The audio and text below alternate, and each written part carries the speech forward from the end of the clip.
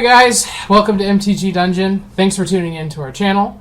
We wanted to let you know that our local store, our LGS, Play Live Nation, is hosting a PPTQ here in Yakima, Washington on September 23rd. The format is modern. Registration is $25. Registration for decks and sign-up tournament starts at 11 a.m., then the tournament starts at noon. We hope to see you guys there. Yep. Where can you find us? I say if you want to follow us on Twitter, Twitch, or Instagram, we'll have the links posted down below. And if you haven't already liked and subscribed to our channel, go ahead and do that. And remember to turn on notifications so you see when we post new content. Enjoy the match, guys. Bye. Hi guys, welcome to MTG Dungeon. Ben here with commentator Warden. Did it, nailed it, yeah. Way to be here. Alright, so this matchup is Eldrazi Tron versus Mardu Reanimator. So, who do you think's favored here? So, I have not seen the Mardu Reanimator list, so I am not 100% sure. I would probably give it to Eldrazi Tron just because I feel like the Mardu Reanimator is probably trying to get like an Iona or a... I know three of the four creatures in the deck that he wants to abuse with reanimation. And the three I remember are Bedlam Reveler, which is the one that the Mardu decks run for card draw. Yeah. A Grizzlebrand and an Iona, but I don't remember what the fourth one was. There's a Elesh Norn, that's what I was thinking. Oh, Elesh Norn. Yeah. I was like, Elesh Norn. And like, none of those cards really do much against you. Like, Iona, the only color you could name and have it be successful against me is black. Because of the dismembers? Yes.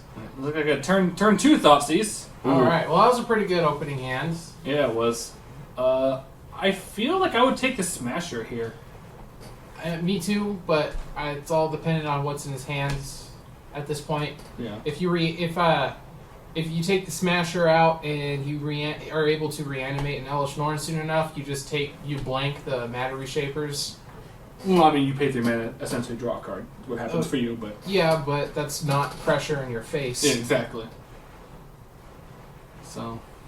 But again, it kind of depends on what's in his hand. If he's going to take a not Reality Smasher, then hopefully that means he's got an answer for it. Yeah.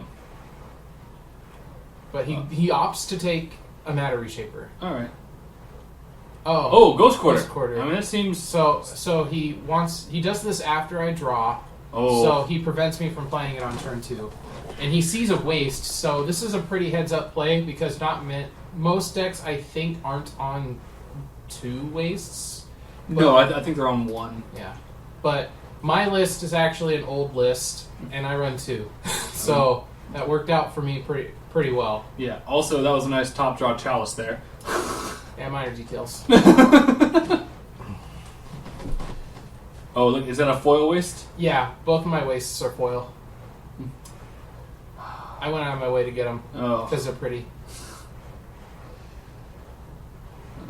I think I opened one and then bought the other. Oh, still pretty good. Chalice on 1 is definitely, I feel, hurtful against that Mardu deck because it shuts off Faithless Looting, Thoughtseize, Fatal Push, Path to Exile. Yep. If they run Lightning Bolt, shuts off Lightning Bolt. It's just, man. There's a lot of good cards on 1. I've got an Emrakul, Aeon's Torn, in my hand. It's definitely an old list, but that's still like one of the best cards just to... I kind of threw it in just because I was hoping to live the dream in this tournament and just cast it. I just wanted to play it. Did you get to cast it? No, this is the only time I ever saw it. Oh, no, that's not true. But... What, no Sanctums? No, it wasn't that. In a previous round, I had it in my hand, and it was the only legal target for my opponent's Thought-Knot Seer. So oh no! It got Thought-Knotted out. Oh no! It's fine. It probably wasn't going to happen that game. But still, like, it's like you're like, yeah, discard Emrakul. See if I can. Oh, okay. I kind of care because you exiled him. Yeah. One of the few ways to actually get rid of Emrakul. And my Death and Taxes opponent found a way. Yeah. Are you just gonna put a Chalice on too? It seems like a really good idea. I mean, I think I just opt for pressure here. yeah, I think it's a good one. I didn't know what I was scared of on 2, so I guess I just thought instead of preemptively playing around 2 drops, I just decided to be aggressive. I think that's fine. Try to end the game because almost anything that he does. Ooh, Cold's command. So it's 2. Alright, so blow up an artifact, and what's the other mode? I discard a card. Okay. And I discard it. No! And at that point, he's just like, "Oh, really?" I mean, I would be too. Yeah. Protect that graveyard from graveyard hate. I see a Dreadborn hand, so that's a 2-for-1 for me, and I think I'm okay with that. Even though ooh, that's a really good card to discard. Right? You're like, I'm fine with discarding this some burial rights. Yeah, that makes me a little sad. It does, but I mean, you still have that chalice you can put back on 1. Yeah, I think that's going to be a big factor because he has no way to put cards into that graveyard. I guess except for Bedlam Reveler. Right. All right. Alright, Chalice, well, it looks like he's got Fatal Push and land, and then a different black card. That's what I see. We're about to find out what the black card is. Oh, it's Collective Brutality. Is it? Yeah. Yeah. I think it is. I think it is as well. So it looks like we're going to escalate once, so we might as well. You can't use the Fatal Push. So -2 drain game? Yep. Alright. And then Thought Seer. Which, I mean, he has no cards in hand. I guess he's okay with. Yes. And then I top deck another Matter Reshaper. Alright.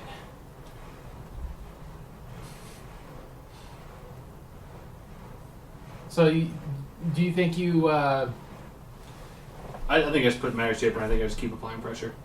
Okay.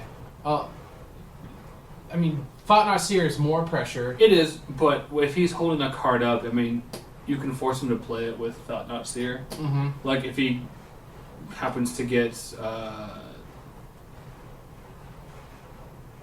like I guess like Faithless Looting or something like. I mean, I'm trying to think of a card that could actually matter that he wouldn't play. Like Grizzlebrand, because then it exiles it. You know, he doesn't go to the graveyard, so he can't burial rights it. So Grizzlebrand, like any of the big creatures, if he happens to top draw one of those and can't cast it, I mean that's a fine hit for Thought Knot. Yeah, that's a good point. So I like not playing Thought Knot there then. I was thinking, I think if I remember right, I was thinking being able to. Wow, I'm surprised he was aggressive with that. I'm a little surprised too. Yeah. Hey, I got another Chalice. That's pretty good. So he's gonna go Chalice on Chalice on 1, 2, and 3. Is that a ballista? Yup. Wow. All right, Chalice on 2. All right. Just now I'm like, okay, Chalice on 2 is fine.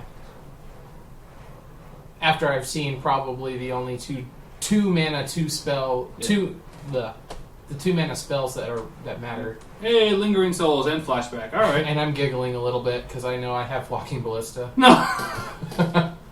It's like that's a really good top deck. But mine was better. Play a Temple. That top deck for the 6th mana source. Yeah. That was a good top deck. Yeah. I roll. You can hear the eye roll. I can feel it from the past. And it's like, yeah, kill 2 of your spirits. Yeah. Okay. Gross. I mean, this doesn't seem like fair magic. Oh, it's fair to me. Oh man, that's freaking brutal. And Ulamog, so 2, 3, 4, 5, 6, 7. All right, you're a couple short at least from that. If I draw the other piece, it should be good. Yeah, we'll draw. Yeah, draw the other piece off 11. And I'm pretty sure that it'll just be like an auto concede. Yeah. Yep. Bash him for 2. Kill a token. Yep. He's like, top draw something that gets me Elvish Nor onto the board.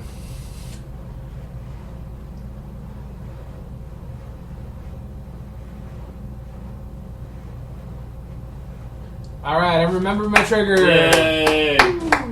Thanks for testing me.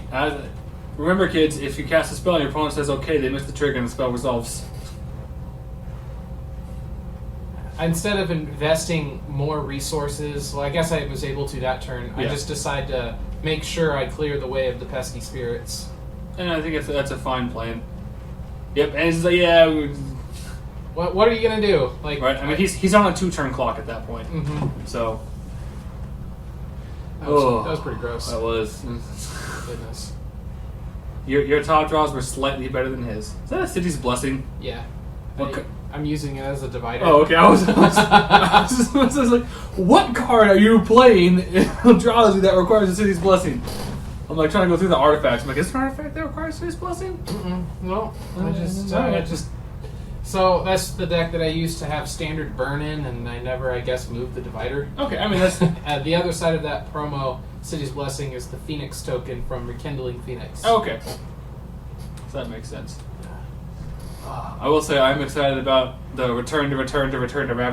Return to Ravnica. I mean, I get it. Ravnica is a proven successful model in Magic's history, but and maybe they're thinking that how things are going, it's not time to take a risk because things have kind of been rocky for Standard over the past couple of years. Yeah. So I get it from that point, but I would have really liked to have seen something different because it may have been a little while, but still kind of recent for returning back to Ravnica. I don't think we've gone back to a plane a third time yet. I mean, if you count Dominaria, we've gone back there multiple times, but throughout the start of Magic. I think it would have been a really cool time to reintroduce, like going back to Lorwyn if that was possible. I mean, they probably are at some point. Like at some point where since Karn is still around, we're probably gonna go back to Mirrodin at some point. It makes you like my dream would be like, since they have this time travel stuff, like someone go back in time and get Urza, bring him back.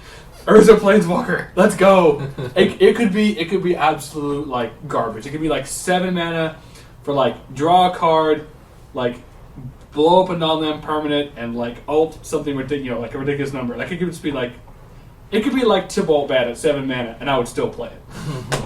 Wow. Okay. Like that's like when they first made Teferi in Time Spiral the creature. Like I loved him back when Bat Packs used to have the books. Oh man, like Teferi was my favorite character, and then like I'm like, he was my favorite creature, and then it's like, he's a Planeswalker for the EDH, and I'm like, then he's a standard Planeswalker, and he's like one of the best ones. I'm like, yeah. Heck yeah. But I mean, even if he was terrible, like if he was Tibble terrible on 5, I'd have been like, I'm fine with this. I'll still play him. He wouldn't be though. No. But do you think they could return back to Kamigawa and have any success? So, okay. I am personally not a fan of the Kamigawa block. Like, when that block came out, I actually, like, stopped playing Magic. Because, like, there were just too many, like, broken things going on that just, there were no answers for. Like, you're just coming off of Mirrodin, and then you're going into Kamigawa. Like, you didn't have Kataki's War Wage until, like, the second set of Kamigawa, so it was just, like, artifacts was everywhere. And I was like, I don't want to pay, at that time, like, $300 for an Affinity deck. And then once Ravnica came out, I kind of got back into it, and I was like, yeah, this is fun. So, yeah, it looks like a pretty good... Is that Natural Tron? 2 Tron land and a map. Yes, it's Natural Tron. Or just get it the old-fashioned way. That works too. Jesus. But I'm not doing anything with it. This, like... It's getting a little Mog in hand, don't you? No, I don't. Are you I have sure? a Thought Not Seer, and I have a Chalice. And I was like, I got Tron, I can get Tron, I can keep this, hopefully draw well. Having a Chalice on 1, I think, is the biggest thing that just screws over the Mardu deck. because they lose access to faithless looting. I think it's an important one early, is just being able to put one of the creatures you want to reanimate into the bin.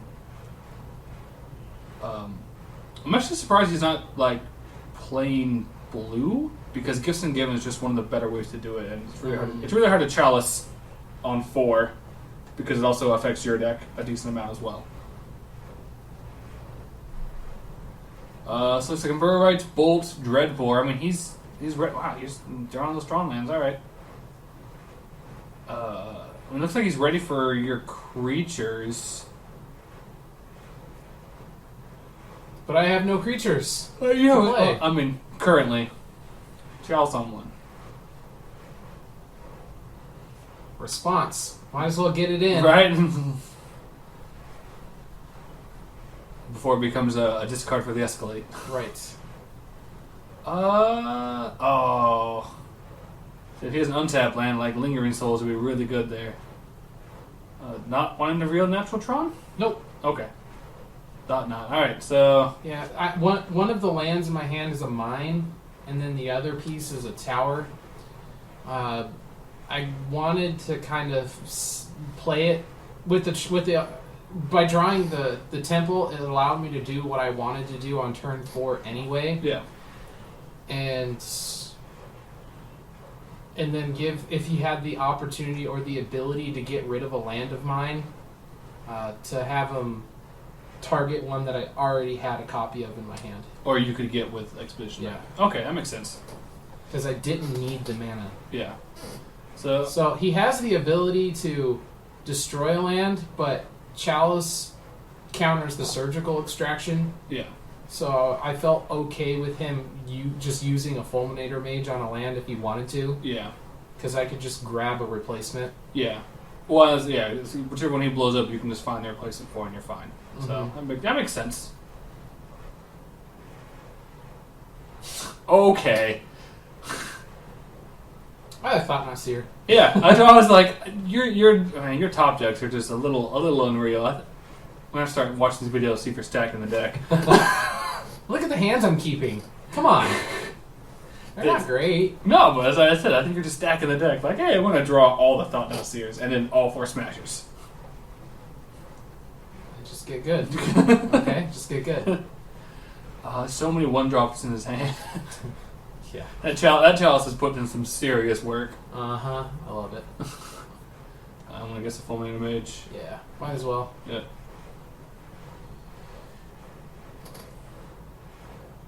Oh, Jesus. Hey, Walking Bliss is good. Yeah. So now, revealing that I already have Tron... See, now I can surprise him with Tron without investing anything more. Oh, but... Oh, God.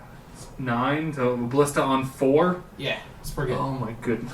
That's pretty good, right? Your top draws are just... I played to my top draws. Yeah, what are you talking about? Zach, if you're watching this, it's all top draw. you did nothing wrong. Just play powerful cards. They win games for you. Yeah, you're not wrong.